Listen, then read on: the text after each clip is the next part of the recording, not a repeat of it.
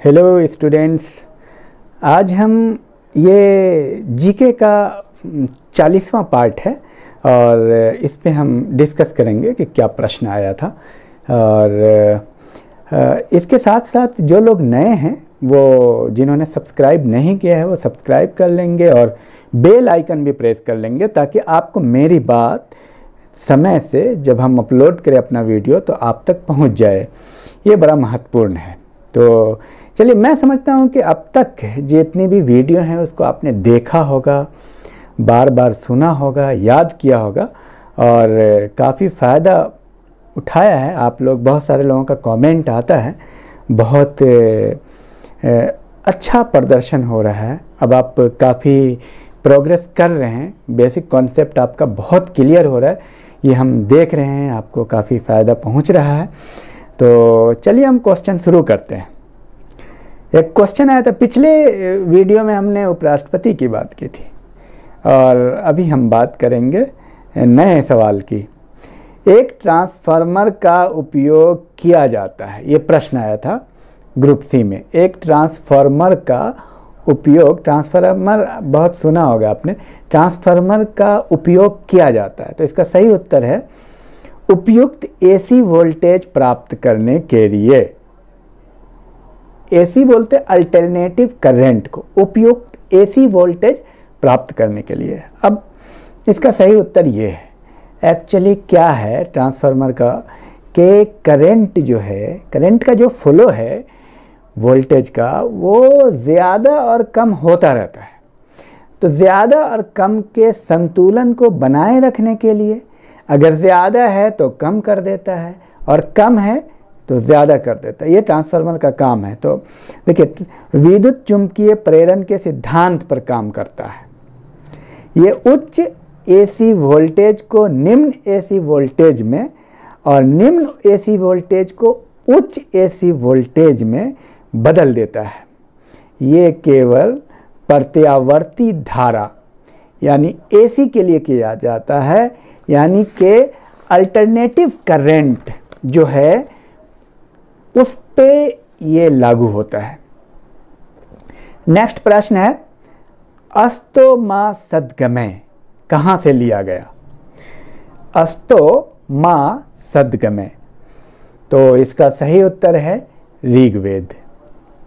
तो देखते हैं इससे जुड़ा हुआ और क्या आ सकता है। तो एक है सत्यमेव जयते। सत्यमेव जयते कहाँ से लिया गया है? यह भी प्रश्न कई बार आ चुका है।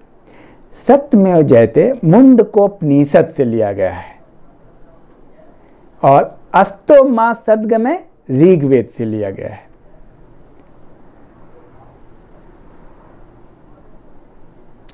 नेक्स्ट एक क्वेश्चन आया था, दूध का पीएच मान क्या होता है? दूध का पीएच मान क्या होता है? इसका सही उत्तर है 6.8। इससे जुड़ा हुआ पता है बहुत सारी चीज़ों का कई बार पूछता है और पूछने की संभावना है, जैसे ब्लड का, समुद्री जल का, दूध का, शराब का, मूत्र का, नींबू का, इस सब का पीएच मान पूछ सकता है। तो दूध का पीएच मान है 6.8, समुद्री जल का है 8.4 और रक्त का है यानी ब्लड का है 7.4, लार का है 6.5। जो लार आता है एक्चुअली वो टाइलिन नामक एक एंजाइम होता है जो सिक्रीट होता है, उसको हम लार कहते हैं, वो 6.5 होता है। और दूध का एक्चुअली 6.4 है, लेकिन ऑप्शन में चूंकि 6.8 था तो उसका सही उत्तर 6.8 है।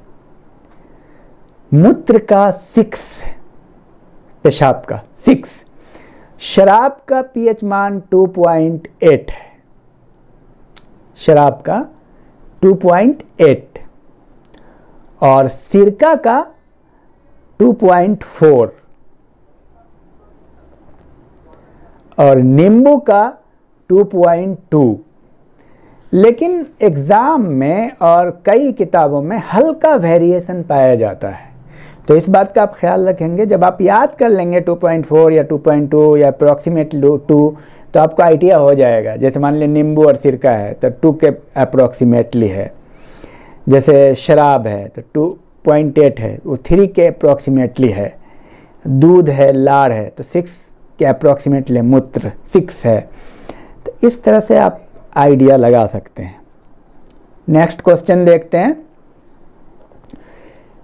निम्न में से कौन सा स्वतंत्र जीवी बैक्टीरिया है जो नाइट्रोजन स्थिरीकरण में समर्थ है? नाइट्रोजन स्थिरीकरण में समर्थ है। आपको पता है नाइट्रोजन की ज़रूरत कहाँ पड़ती है? ये बैक्टीरिया मिट्टी में पाया जाता है और नाइट्रोजन की ज़रूरत, नाइट्रोजन एनवायरनमेंट में है। आपको पता है कि नहीं, 78% जो गैस है उसमें नाइट्रोजन है, 78%, और 21% ऑक्सीजन है एनवायरनमेंट में। तो नाइट्रोजन का स्थिरीकरण करता है कुछ बैक्टीरिया। सबसे ज़्यादा नाइट्रोजन की ज़रूरत प्रोटीन में पड़ती है, दालों के लिए होती है। दाल में सबसे ज़्यादा प्रोटीन होता है और सोयाबीन में। वहाँ नाइट्रोजन कहाँ से आता है? तो वहाँ नाइट्रोजन, ये बैक्टीरिया स्थिरीकरण एक प्रक्रिया है, उसके द्वारा उसमें नाइट्रोजन का एक प्रोसेस होता है। वो बैक्टीरिया पर्यावरण से नाइट्रोजन लेते हैं, नाइट्रोजन वहाँ प्लांट में जाता है। तो ये समझने की ज़रूरत है, कॉन्सेप्चुअल है। तो चलिए प्रश्न मैं फिर से करता हूँ। निम्न में से कौन सा स्वतंत्र जीवी बैक्टीरिया है जो नाइट्रोजन स्थिरीकरण में समर्थ है? ए में है राइजोबियम, और बी में है एजेटोबैक्टर, और सी में है दोनों, ए एंड बी, और डी में है कोई नहीं। तो इसका नाइट्रोजन स्थिरीकरण ये दोनों बैक्टीरिया करता है, ए एंड बी। सही उत्तर है राइजोबियम और एजेटोबैक्टर। इसके कारण प्रोटीन का निर्माण होता है, दालों में नाइट्रोजन आ पाता है। इससे जुड़ा हुआ क्या देख सकते हैं? मिट्टी के कणों के बीच स्थित वायु के नाइट्रोजन का स्थिरीकरण होता है। मिट्टी के कणों के बीच वायु के नाइट्रोजन का स्थिरीकरण होता है। कौन कौन के द्वारा होता है? थोड़ा वो बैक्टीरिया कौन कौन है और उनका नाम जान लेते हैं। एजेटोबैक्टर, एजोस्पाइरिलम, या जोस्वाइरिलम, और क्लाइस्ट्रीडियम, ये बैक्टीरिया हैं। तो एजेटोबैक्टर तो काफ़ी मशहूर है। तो ये सब बैक्टीरिया नाइट्रोजन का स्थिरीकरण करते हैं। एजेटोबैक्टर, एजोस्वाइरिलम, क्लाइस्ट्रीडियम। और नेक्स्ट इससे जुड़ा हुआ तत्व, वो साइनोबैक्टीरिया जो नाइट्रोजन का स्थिरीकरण करते हैं, साइनोबैक्टीरिया। तो इसमें हैं एनावीना और नॉस्टॉक। ये साइनोबैक्टीरिया है, एनावीना और नॉस्टॉक। और एक और बिंदु, लेगुमिनेसी कोस्ट में मटर फैमिली, आप समझ लीजिए। लेगुमिनेसी ये फैमिली का नाम है बॉटनी में, के पौधे की जड़ों में रहकर नाइट्रोजन का स्थिरीकरण करने वाली जीवाणु जातियां। लेगुमिनेसी के पौधे की जड़ों में रहकर नाइट्रोजन का स्थिरीकरण करने वाली जीवाणु जातियां, बैक्टीरिया, जो लेगुमिनेसी यानी मटर कुल के, मटर फैमिली के, जो भी मटर के इक्विवेलेंट जो भी उस फैमिली में आता है लेगुमिनेसी में, उसके जड़ों में रह करके ये बैक्टीरिया जो काम करते हैं वो कौन से बैक्टीरिया हैं?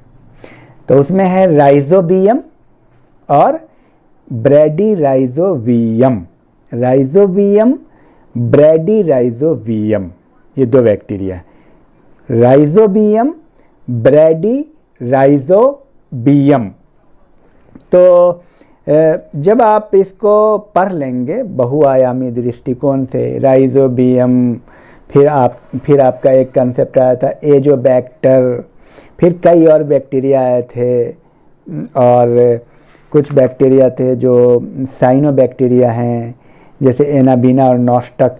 तो इस तरह से जब आप एक बार रट लेंगे, याद कर लेंगे और आपके ज़ुबान पे चढ़ जाएगा तो क्वेश्चन आपका एग्ज़ाम में छूटेगा नहीं। तो इसको याद करने का एक दो तरीका है। सबसे पहला तरीका कि आप याद करने में रटने का भी काम करें, ये फैक्चुअल है। बेसिक जीके तो रटना पड़ेगा, पॉइंट नंबर 1, थोड़ा रटें। पॉइंट नंबर 2, सबसे बेहतर और इफ़ेक्टिव जो तरीका है जीके को याद करने का या हिस्ट्री को, वो है रिपीटेशन, प्रैक्टिस।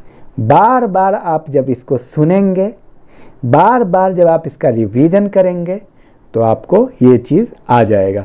तो आप दो सिद्धांतों पे चले, एक तो आप याद करें और बार बार आप रिवीजन करें या वीडियो आप सुने। वीडियो भी आप बार बार 10 बार आप सुन लेंगे तो आपको याद हो जाएगा।